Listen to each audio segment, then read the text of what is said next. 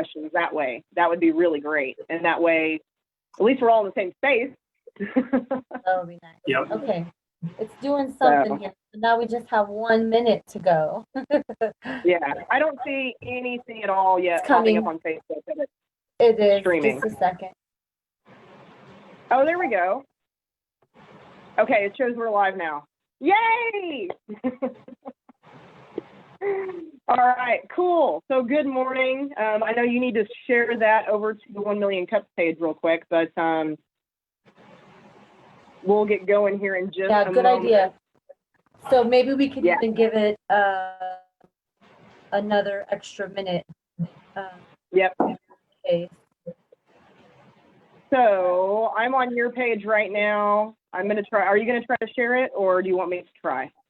Yeah, go ahead if you've got it.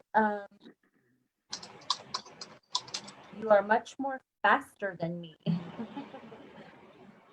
Okay, so I'm going to, I just streamed a watch party to the Cups page. If you guys want to double check that and make sure it is working. Looks like it. Looks like I think we're good. Woo! We've created a workaround. So you're going to have to field comments, Sam, from your page, and Mac, you'll have to do it from the Facebook 1 Million Cups page as well, if that's the case. Got Good it. reminder. So, thank you. Brandon. All right. Well, I think we're good. Can you guys see it streaming on the Facebook page?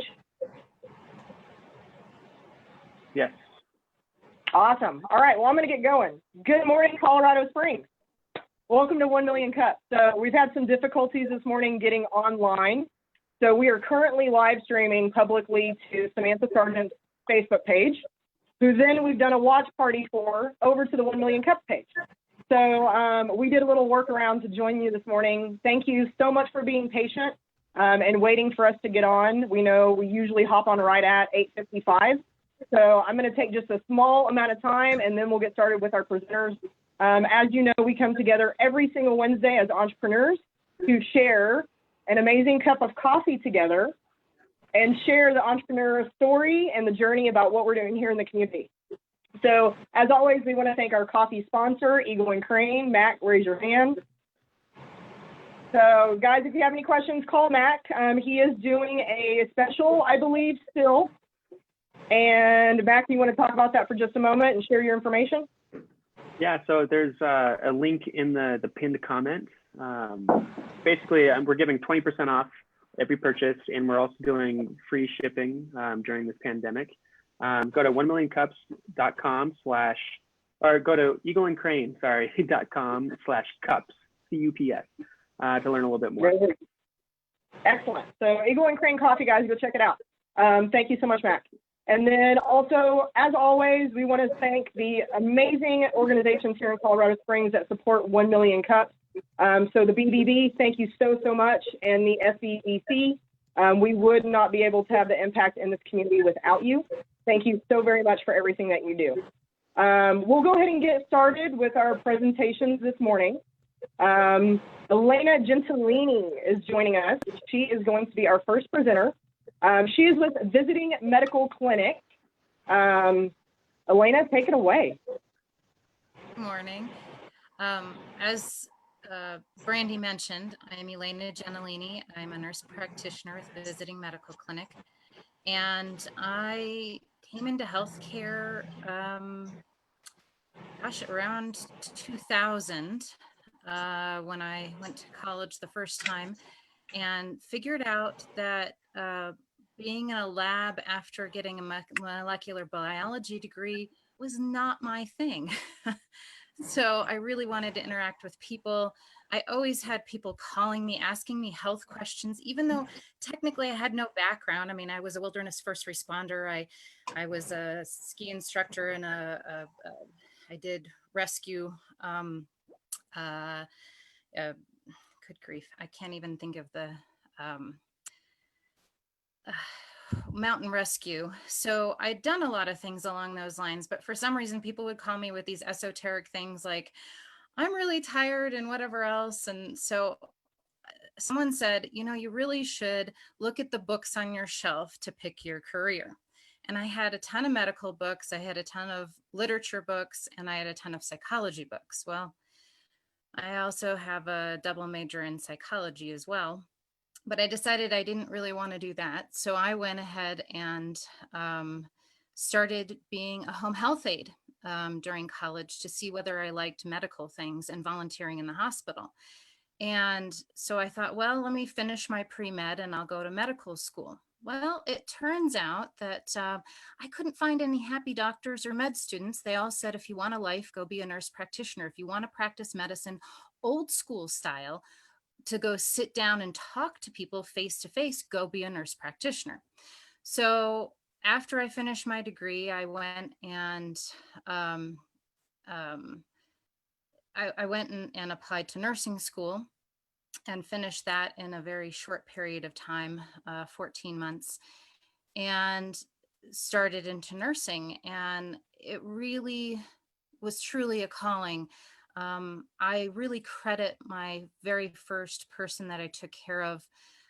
Even when I was a medical assistant, she was a multiple sclerosis patient, for really encouraging me and telling me I was on the right path. So that's kind of how I ended up in medicine. And I ended up doing visiting medical clinic because I didn't like the hospital. I worked in the ICU for a year and I didn't like that. I watched so many people not do well. And I ended up actually going to hospice for about 5 years. And when I did that, I really got to talk to people. I got to know people. I got to actually make a difference, not just for the person, but the family. And then I went on for my nurse practitioner and ended up moving to Las Vegas when I finished because I wanted warmer weather. I lived in Colorado. I graduated from Colorado. So I did my nurse practitioner, moved out there and went back. I did internal medicine for about a year.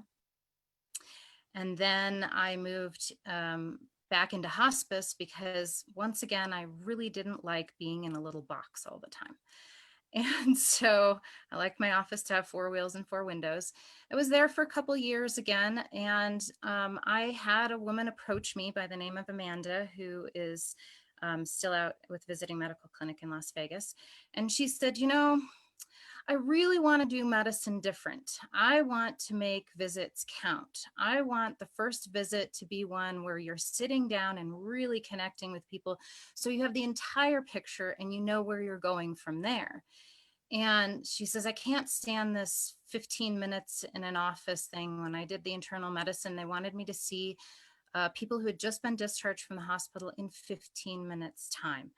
And so she goes, I want to debunk all that. That's just not working for the type of people we're seeing. We're seeing these really sick geriatric people, a lot of retirees who just, a lot of problems. And so I said, you know what? I really like that idea. And she says, well, I want you to do your own thing. She goes, you set up your own piece. She handed me a bunch of people and I took off. Well, lo and behold, I reconnected with the love of my life from about 20 years ago, and I guess 22 years ago now, and ended up moving back to Colorado. And I thought, well, I really love what I do. I had such a connection with patients. And so Amanda said, you know what? Why don't we go ahead and let you open up a branch out in Colorado Springs? And this will be your baby. So I came out and found out that there was no home rounding service that would go to people's private homes out here. And I thought, oh man, this is golden opportunity. And then I realized that marketing is not so easy.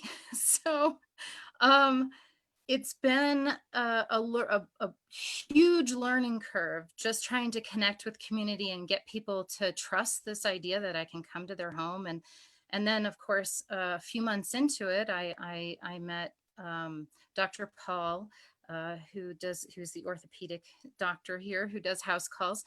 And he introduced me to 1 Million Cups. And I started going to a few of those. And then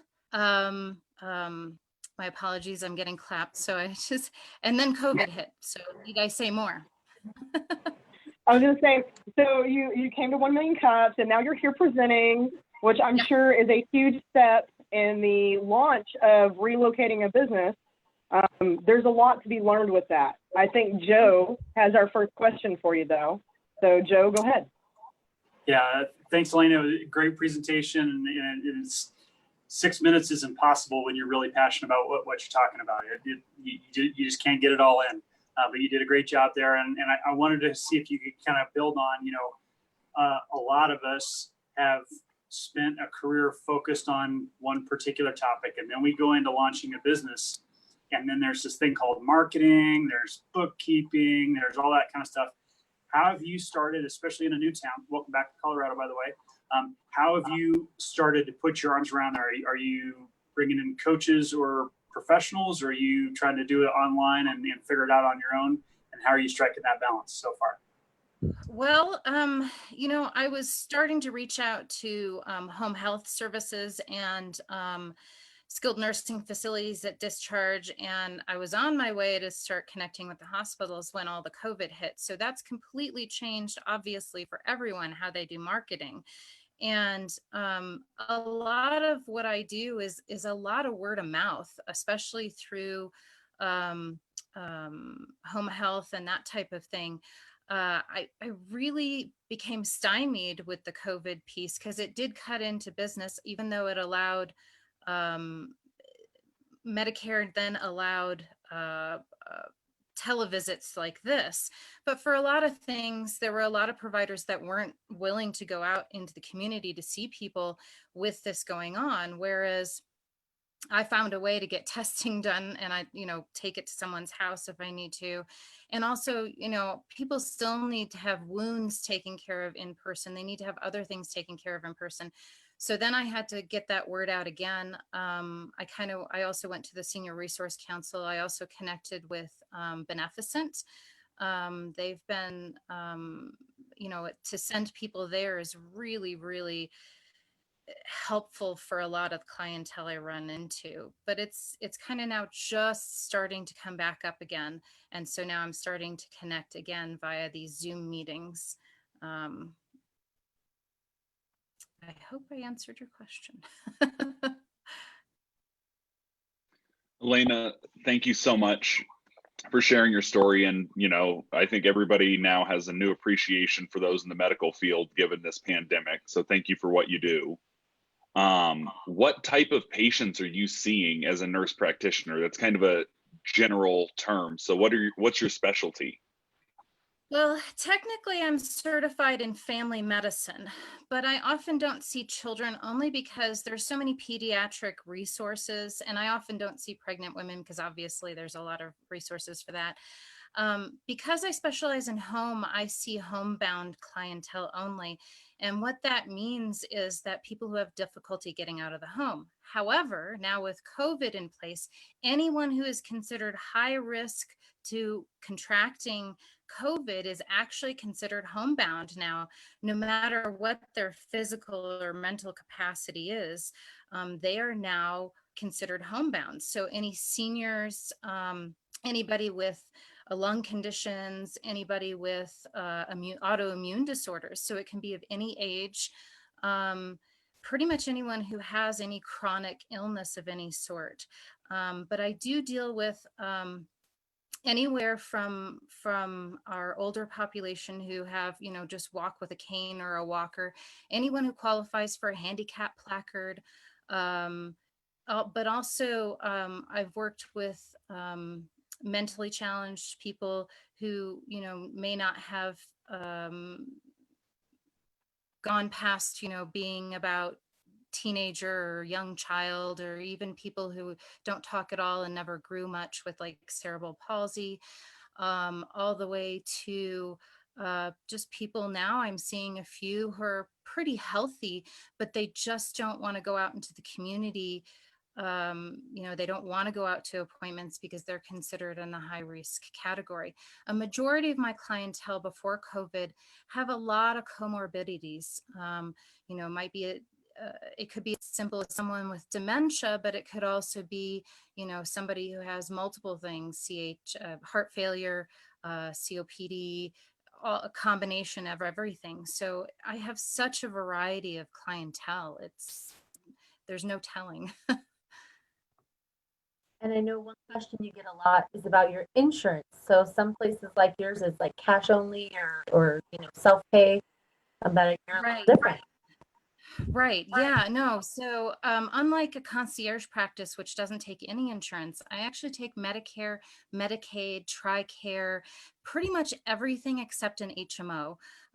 We've been trying to negotiate again with the HMOs, but they're not terribly interested. We do take a cash pay, but it is controlled. My price is actually controlled by Medicare. So that price is set partway between a new client and a returning client, because Medicare says that they are the ones who dictate my reimbursement. So if I take less, that they'll reimburse me less. But pretty much everything, Blue Cross Blue Shield, almost every secondary. So in that way, I'm fairly unique. I love it. You're speaking my language. I'm a huge fan of the non-insurance major medical world. So tell us a little bit about, you were talking about some of the changes that you've seen in medicine and how patients are handled over time with the changes that have gone on in the medical system. Give us some of the things that you do that are, a little bit, obviously significantly different than other companies within your industry that make you different and your service better than theirs. Well, first of all, my very first visit is going to be at least an hour long. I want to know everything about your health history. I also want to know, and I like coming into the home because it gives me an idea of what you can and can't do.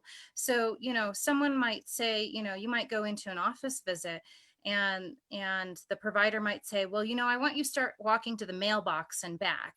And, if where I live, my mailbox is not at the end of my driveway, or the driveway could be very steep. So one of the things that I find really helpful and what I enjoy so much about being able to come to people's homes is that I can understand what challenges they might face, and also can reach out and say, hey, we might be able to get you some grab bars. And then if I have a full visit that's at least an hour the first time around, I can make a really good plan of care for them. Meaning, sometimes you might want to implement changes in your life, but it's not going to happen overnight. And, they might need to get walking again. Well, that might take 6 months. That might take 2 years for all we know. I can figure out what home health we can get in there, physical therapy, occupational therapy. I actually can get x-rays and ultrasounds into home in most cases. I can do blood draws at home. So we can do a lot of things that can really help facilitate someone getting back on their feet. I had one woman who was a 37-year-old who became a quadriplegic after an accident. And she had some movement that was starting to come back, and we really needed to get her moving, because you have this window of about 2 years after an injury like that to try to get back capacity.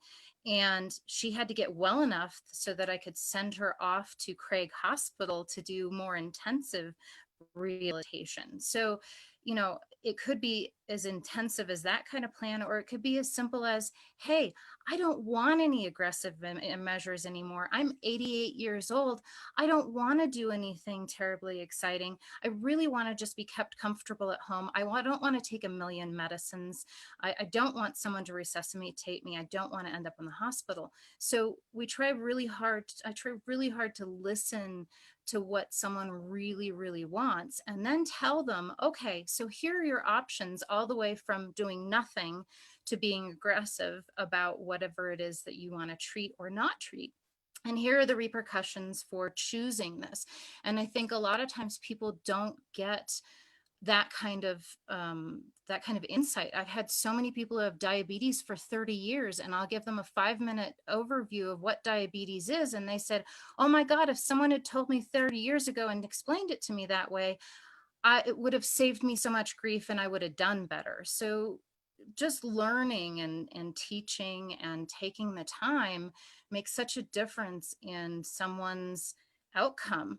And their outcome may not be what you have in mind for them. It may be what they want for themselves. And that empowerment doesn't happen too often in offices in 5 and 15-minute visits. It's their agenda, not the client's agenda. Absolutely. It's about developing that customized care plan and really listening to your patient and what they're needing and wanting, and not just listening to what is delegated to you, is what you're saying. Right. Yeah, it's huge. Medicine has moved so much, it's all about numbers these days, and getting people through and making the other appointments. And that's not helping people. That's not helping them reach their goals. So,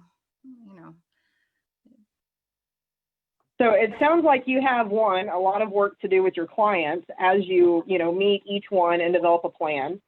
You also have a lot on your plate developing your business and how that structure is going to look and work. Where do you think this is going to be in 5 years? What do you see? I know you have a lot of stuff to tackle, but what do you want it to look like for the business in like 5 years or even 2 years from now? Well, I'd really love to be able to find another provider or two that are like-minded, that have the goal in mind to think about what the person you're seeing wants and where that can go and what it entails. I want people who care, who will put in the time and the effort to make sure that everything gets through that needs to get done. And that's not easy.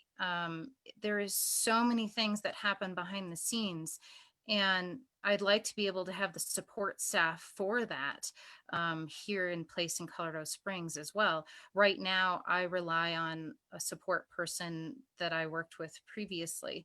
And so I'd really like to have my own crew here, so to speak, and really be able to reach out to the community and provide a service that's much needed around here, because no one else is doing this. Yes, we have dispatch urgent care, and I work very closely with them, and there's everywhere urgent care, but they're urgent care. They're not primary care. They're putting a Band-Aid on big issues, as opposed to taking all of the issues and trying to coalesce them. And so I'd really like to have a greater, deeper roots into the community and be able to, have a lot of back and forth with colleagues like Dr. Paul and others that are in 1 Million Cups, and be able to grow that, even the laundry service, being able to integrate that wonderful service that presented previously here too, and have clients for them as well. So get some roots. Absolutely. And it's all about connections. Diva's Laundry Service is the one that you're referring to. They are amazing people, and that's what we're trying to do is, how can we come together as entrepreneurs in this community to make it better? And it's all about the resources. I think actually Anthony has something he wants to share with you real quick. Anthony, go ahead. Yes, thanks. Elaina, I was just listening to your presentation and I had a comment because I'm a part of a group up here in Denver that has started to emerge called SOAP, or Society of Physician Entrepreneurs. And I know the president. I'd be happy to introduce you, but your journey sounds like a great story for other healthcare providers because you're innovating a broken system. And I think you'd be a great presenter for that group as well. Oh, well, thank you very much. I really appreciate that. And it's funny, I don't feel like an innovator. I feel like I'm just following what I feel like is right, what I wish my parents and my grandparents, what kind of care I want to see for them, and my children and in all of that. So I appreciate that. Thank you very much. Mm-hmm. Awesome. I think Jeff's got a question for you. Jeff, go ahead. I do, Elaina. Thank you. Just to expand on my earlier question, You mentioned that you're seeing a lot of elderly, for lack of a better term, homebound patients. How are you finding interactions with them? Are they nervous in this COVID environment? You said a lot of them are the at-risk people. So are they nervous in this environment? And is that affecting your business at all? Some have, and but most of them actually, since they're homebound, actually don't get out much to begin with. So they sort of feel like their exposure is to the minimum anyway. Some of them didn't want me to make in-person visits, so I started the telemedicine visits. Others don't have the capacity to do that.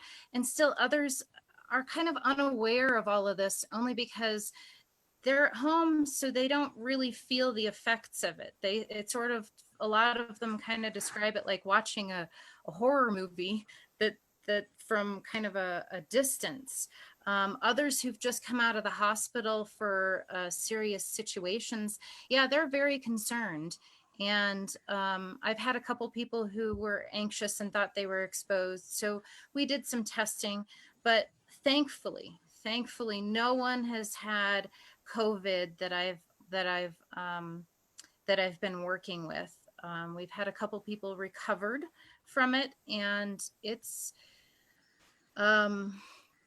was very much a very difficult journey for them. And they were actually healthy people to begin with. So it's been an adjustment in that respect for them. I hope I answered your question. Yes, ma'am. Excellent.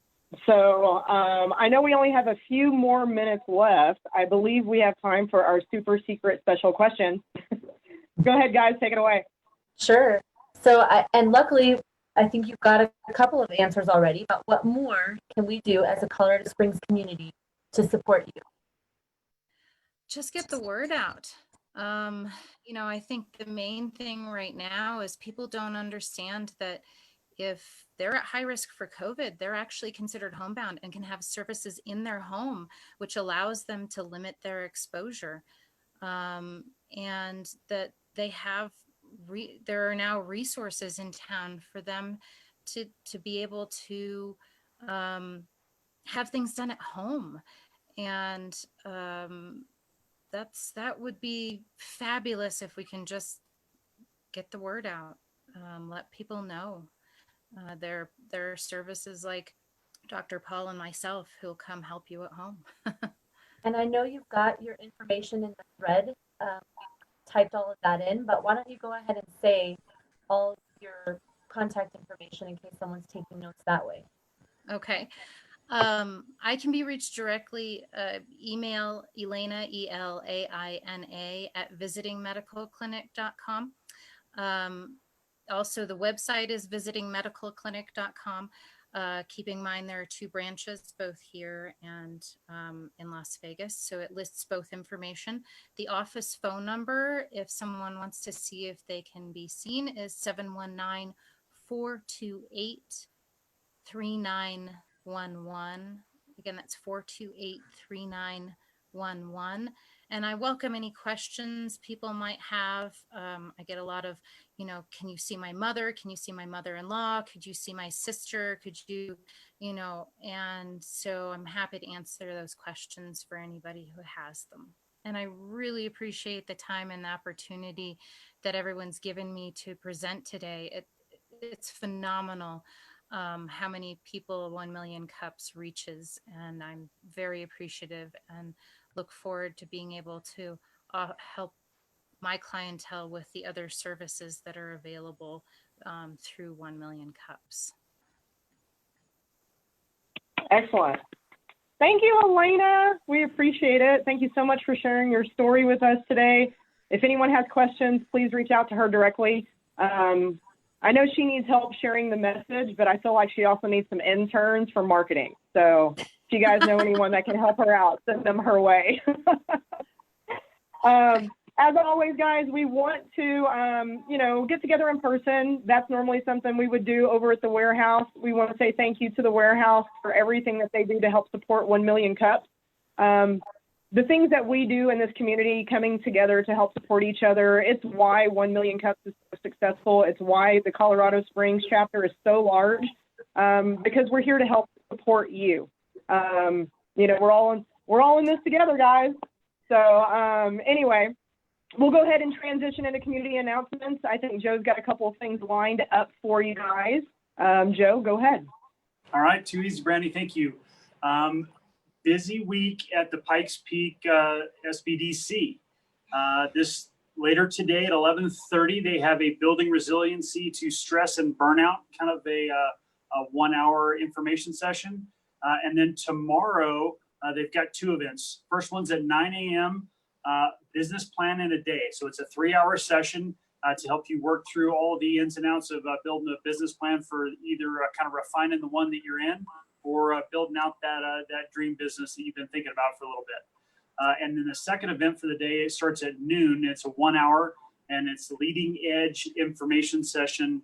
And it's really kind of talking about small business owners and getting out and really kind of pushing the envelope. So I think there's a lot of good stuff there at the SBDC. So hop on their website. You can get signed up for all those. They're all free and ready to go. And then the last one is a fun one. And this goes out to Chelsea Offit posted this one.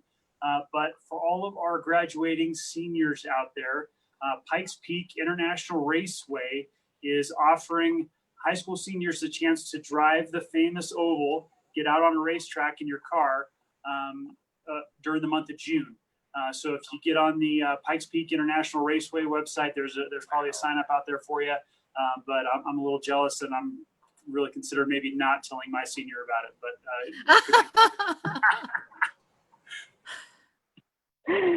But no, you can tell them. You just have to be present. You have to be the +1, right? Is what it is. I'm jealous of that. Can I go back 20 years and go race my car? Because that would be awesome. All right, guys. Thank you so much, Joe. And again, guys, thank you so much for attending and watching. Go check out the SBDC's website. Check out the Better Business Bureau's website.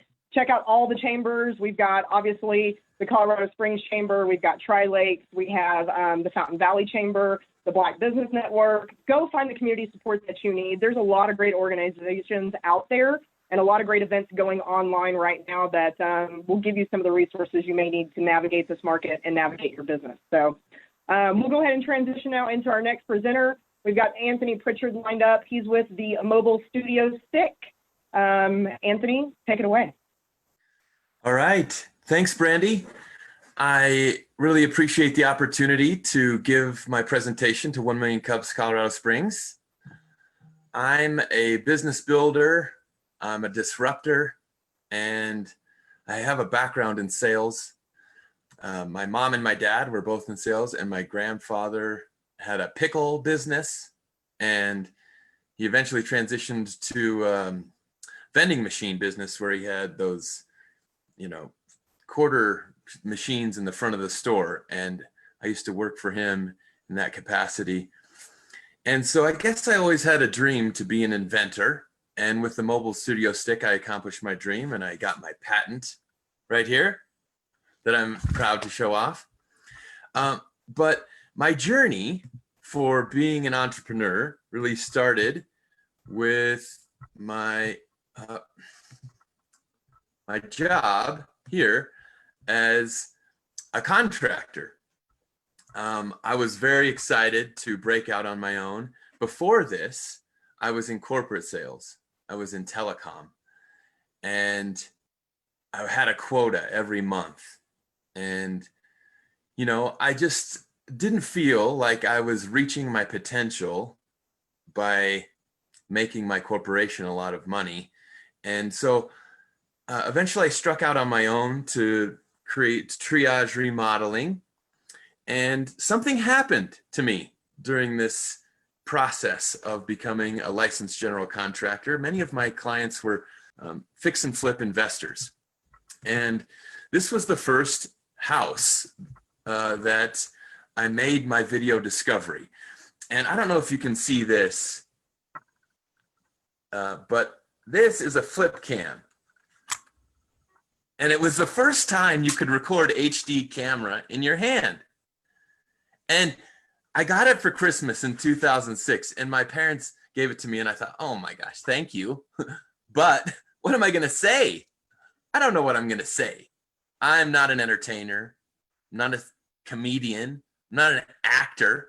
I know if I try to memorize lines, they're just going to come out completely horribly because that's not who I am. And after asking myself, like pounding my head with this thing for 3 months, I finally stumbled across it when I was in front of this house. And I thought, oh, I know what I'll do. I'll just look at this thing like it's one of my investors that I'm trying to attract to my business. So here I am in front of 1643 Raleigh Street. Behind me, you can see this home with a lava rock facade on the outside. It's just hideous. We're going to stucco over the top of that. Oh, and in here, inside the front door, we've got the cabinets that are already taken down. We've repaired the drywall, and we're installing the tile floor. I said, Jose, would you mind telling the people watching at home what you're doing there? And he looked at me like this. And then he broke into it. He said, yeah, of course, Anthony. What we have here is the 12-inch travertine tile. I'm laying it down in a pinwheel pattern. We've got the bone grout. I'm going to polish it. And after I'm done, I'm going to seal it. You're going to love it, man. And I was like, whoa, click. Jose, that was really good. Thanks. And I went on to the rest of the house. And I knew that I had created something that was entertaining and educational. And I had witnessed short educational videos replacing the role of a salesperson online, because I had purchased something online with a short educational video. And so my job as a salesperson was becoming obsolete. So that was right around 2007. And you know what happened in 2008.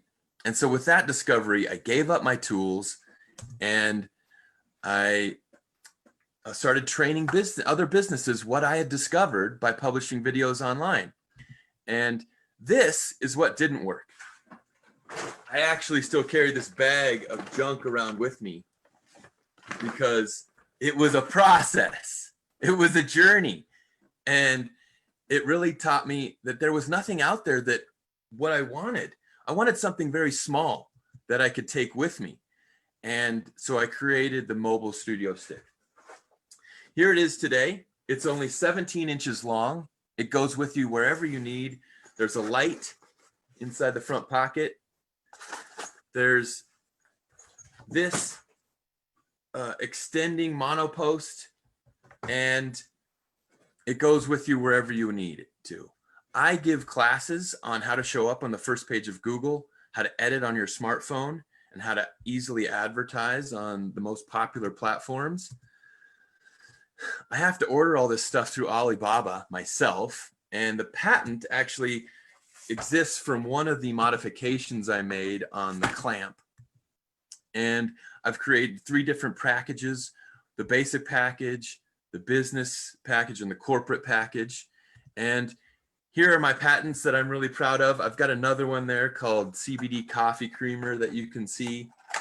You can talk to me about that if you're into that kind of thing, but it's kind of a rough industry where you get beat up a lot because of all the changes.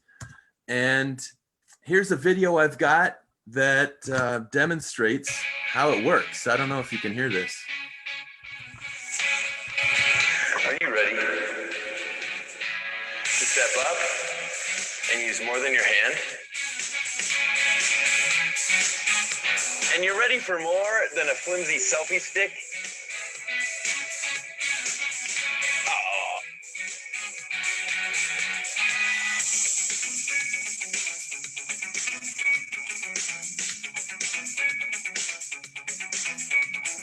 That's why I invented the mobile studio stick. Simply put, the mobile studio stick helps anyone to make a video 10 times easier. I use it with Magisto to help me make a video every day.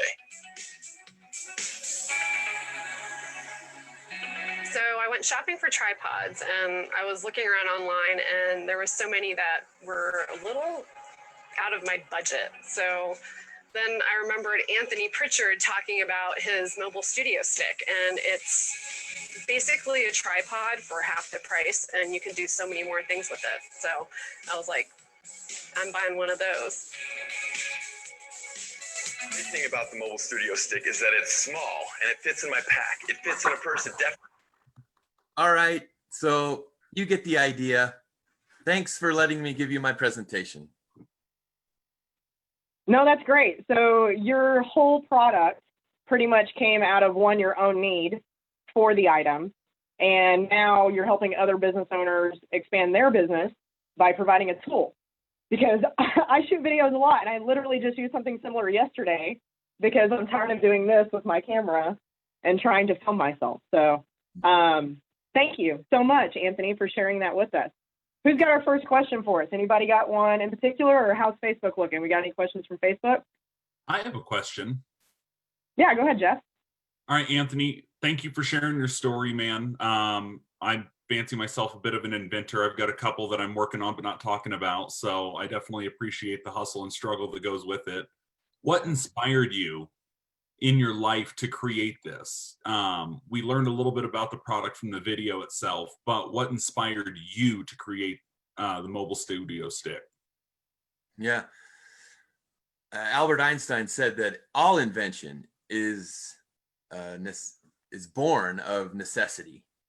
And that video that I gave as an example got me another $50,000 kitchen remodel. And a huge light bulb went off in my head that I had shortcut a whole week of prospecting that I had done at the telecom company. And all I did was create a video and publish it on YouTube. Somebody saw it. They were in the same neighborhood as me, and they said, "Ah, can you come over, give me a quote on my kitchen?" I was like, oh, wow. Yeah. They could see me. They could see my body language. They could see how clean I kept my job site, the relationship I had with my subcontractor, and they could make a split-second decision. That's somebody I think I could work with. And that's all I was trying to do. And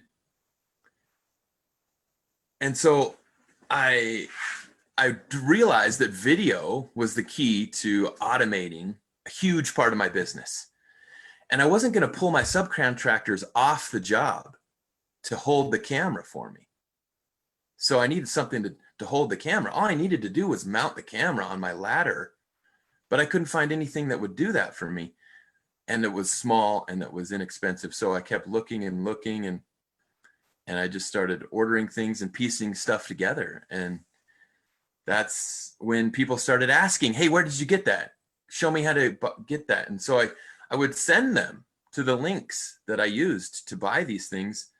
But of course, there was that one component that would always fail. And it was this clip part.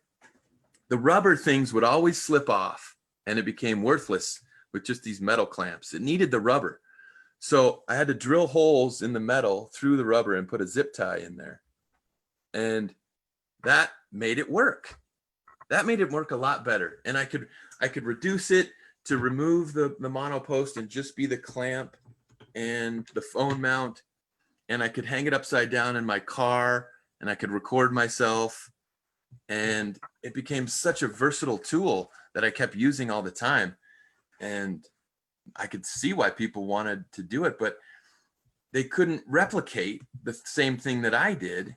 And so even if I could send them to those links, it wasn't good enough. They weren't going to get the Loctite from Home Depot to make sure the screws didn't fall out. They weren't going to drill a hole in the metal through the rubber and put the zip tie in there. That's just not what people do when they buy a product. So I thought, oh crap, well, I guess I should invent that. And I started going to these investor meetings and realized that I'm not going to write a patent, but I do need a patent. I thought it really doesn't give me a ton of protection, but it's $6,000. I did it the right way, and I'm glad I did it, I guess.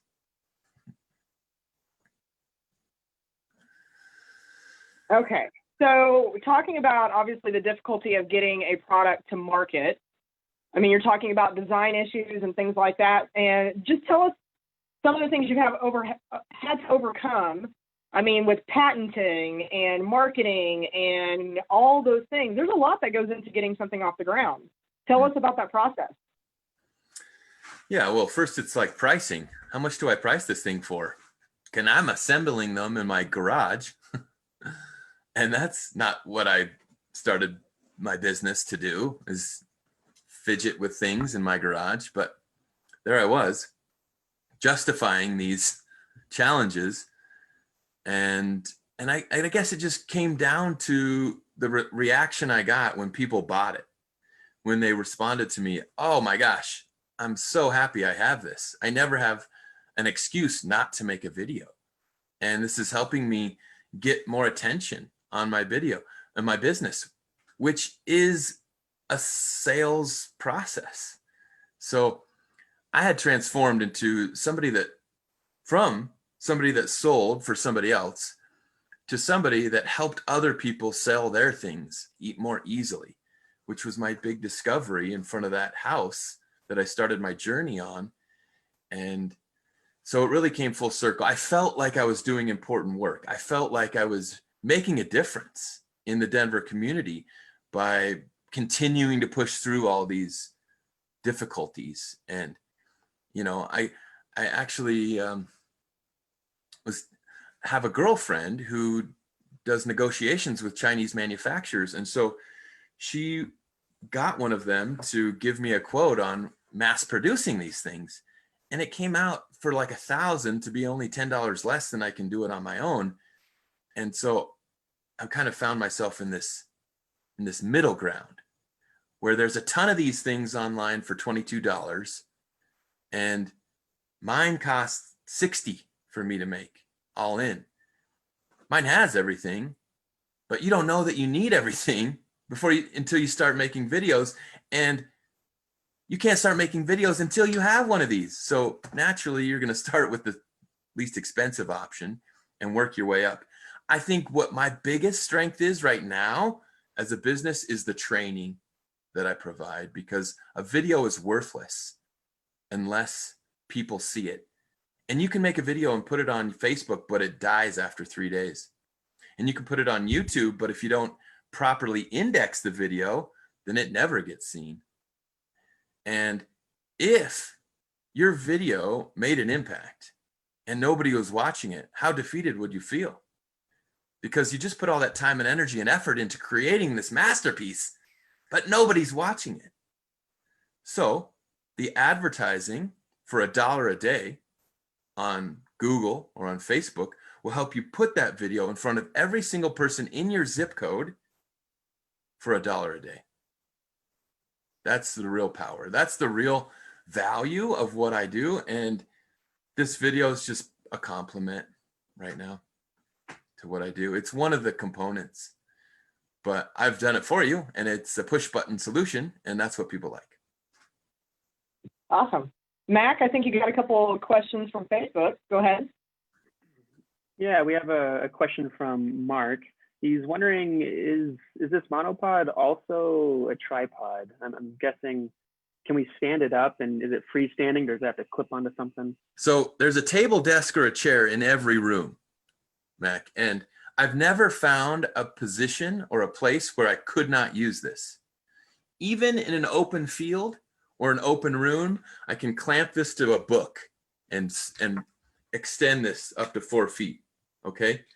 However, it is universal, okay? And you can put it on one of these tripods.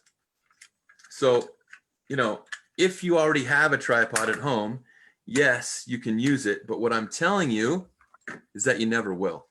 I've never needed to use this in this way. It's inferior compared to the clamp. And I only discovered that because I went through all those other options trying to find out what works the best. This actually was the first rendition where I had the clamp on the swivel ball head and the smartphone mount, and it worked off my ladder. It worked almost anywhere I needed, but there was some times when I needed to raise that camera eye up to eye level, and that's why I attached the monopost. That's awesome. So you should definitely sell that with a book, then it would be perfect, right? Chug Sides has a question on Facebook. He says, has anyone duplicated your idea, and are you happy? Nice. Are you happy that you got your patents? Yeah. $6,000. Very little protection. However, It is done the right way. And I do things the right way. And that's what my brand stands for. $6,000 well spent. So that's a no, you're not happy about the patent. There's a system. No, go ahead. Brandy, and sometimes you just got to go through the system.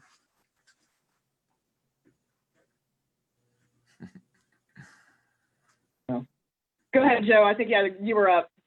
Yeah, Anthony, appreciate the, and I've tracked several entrepreneurs through this patent, like when do you reveal, and there's such an industry out there of taking an idea, copying it, selling it for 10 cents less than you do, so that none of that comes with it, which creates a need to innovate and grow and those kinds of things. So where do you see this thing in 5 years? How do you not get eclipsed by the 10-cent Chinese knockoff, or the next person who does something just different enough to get their own patent, that kind of thing?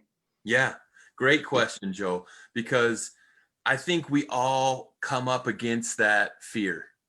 We've got a great idea. Okay. We've got to keep it tight until the right time. And then once we do let it go, we know that we're exposed and we've got to take the market share. That's the only way to really protect ourselves, is to get the majority market share, to be the brand that's known for that idea. Okay, so at the time I was giving a lot of presentations and I didn't really have a good call to action at the end of my presentation. And so again, this became a very good solution for me.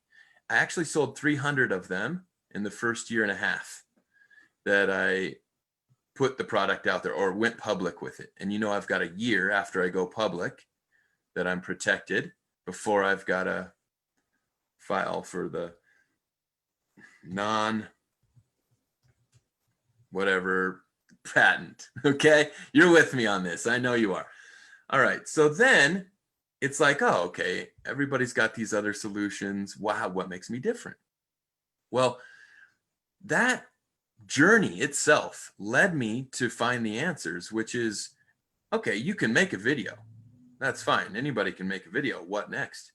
How do you actually look good on video? What are you going to say? And how are you going to say it? Because that's what's going to help you go from very few results or very little engagement to viral engagement. So that's actually the next book that I just wrote, and it's being printed currently. So, it's a journey and I'm on it. And these groups force me to turn left and turn right and guide my direction for this idea. So I'm so grateful to 1 Million Cups. I raise one of the million and I say, thank you for fostering this community. Thank you for pushing it along and asking the hard questions, that force me to make those turns. Appreciate it. Appreciate all of you. Jeff, I think you had a question. I do. I had two-parter actually. Is it only compatible with smartphones? And why would I choose that over something, say, like a GoPro, besides the price, when a GoPro is function or is custom built for that function, if that makes sense? Mm-hmm. Speed, Jeff. When you're a business owner, you've got enough going on that time is of the essence. And if you can increase the speed of your publication, then it's of more value to you. The other thing that's different about mine, and I'll say it again, it's the training. I practice what I teach. You're going to find other solutions out there that have zero spokesperson, that have zero intelligence about being an on-camera spokesperson, but they can manufacture a doohickey. So do you want to pledge your allegiance to a doohickey manufacturer or to a thought leader who's looking out for your best interests, who really understands your pain? and can provide you with the training and the leadership to infuse into your own brand. I hope that as an entrepreneur, that I will make those bridges of common ground with other entrepreneurs, and that they'll find more value, even $100 more value in mine compared to the low-cost doohickey manufacturer. True, true. So I think this is the last question before our super special question. You already talked about a few of them, but obviously this product has allowed you to educate and have multiple businesses because of this one item. So you already showed the book. What are some of the other services that you have because of this product that you created? Mm-hmm. Yeah, mastering the art of the 1-minute video, basic $1 a day Facebook ads, takeover marketing. Google Analytics goes through the roof when you put a video on every page of your website because it reduces bounce rate. It demonstrates quality score to the Google algorithm, which is responsible for listing your company under your most profitable keyword. So if people have a need, 90% of people today are shown to solve their daily problems with the Google search engine. If you don't show up on the first page, you don't exist. How do you get there? With a 1-minute video, properly indexed on YouTube. Who owns YouTube? Google.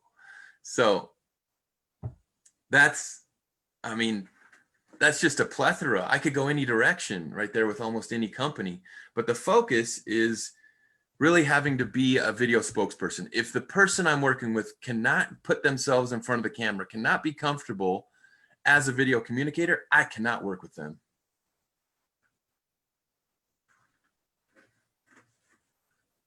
Cool. Well, it looks like I have the super special question. So Anthony, what can we as a Colorado Springs community do to help and support you? Well, thanks, Jeff. That book coming out, I would love to publish it on your page once it becomes available. And I'm just a big proponent of people putting themselves out there in a bigger way. Nobody is going to make money from you being better on camera except for you. So the thing that makes me the happiest is when I see other businesses being better on camera, being better video communicators. And that would help me the most because I can't work with anybody until they've taken on the responsibility of being their own best video spokesperson, because nobody knows their business better than they do.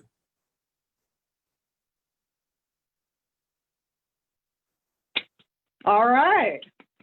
Well, thank you, Anthony. We appreciate you sharing your journey with us and your story. Those of you watching, if you have questions for Elaina or Anthony, either one, please go and comment in the Facebook comment thread. Their company information and contact information is listed in the comments, so you can reach out to them directly for any services or questions that you need. Thank you guys both so much for joining us today. If you're a first-time viewer of 1 Million Cups, please comment in the chat and let us know you're a first-time attender. We would love to be able to just thank you, ask you your feedback, see what we can do better. We've been hosting things virtually now for a while, hoping to be back in person very, very soon. Please make sure you follow us, obviously, on all the social media channels, Instagram. We have all of our past presentations posted on YouTube, Facebook, Twitter, and all the places pretty much. And our organizers. Thank you, guys. Raise your hand if you're an organizer. Hey, guys. We're missing Rihanna with HR Branches today, and Bob Kittredge and Joshua Stevenson. So they were unable to be on the call today, but we greatly appreciate our organizers and all the time that you guys invest into getting this program executed and supporting this community and this wonderful service that we're able to provide for our local entrepreneurs here. So we greatly appreciate it. Guys, thank you again. We could not do this without you. Colorado Springs needs all the support that you can provide. Please do what you can to make sure that you're supporting local businesses and, more importantly, supporting each other. So thank you so much. We're going to go ahead and sign off. We will see you guys next Wednesday. Have a wonderful, wonderful week. Bye, guys.